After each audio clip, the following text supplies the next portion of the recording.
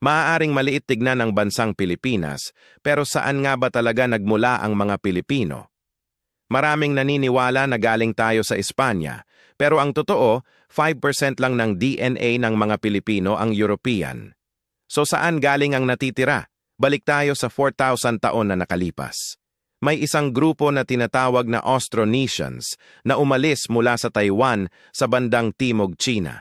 Tumawid sila ng dagat sakay ng mga bangka, dala ang kaalaman sa pagsasaka, paggawa ng bangka, at mga bagong wika papunta sa Pilipinas. Ngayon, halos 80% ng mga Pilipino ay may Austronesian DNA, kapareho ng mga tao sa Hawaii, Fiji, at Madagascar.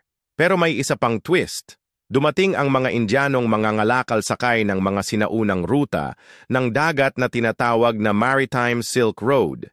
Nag-asawa sila ng mga lokal na babae at naipasa ang kanilang kultura at DNA. Kaya sa huli, ang Pilipino ay kakaibang halo ng Asia, Oceania, Africa at konting Europa.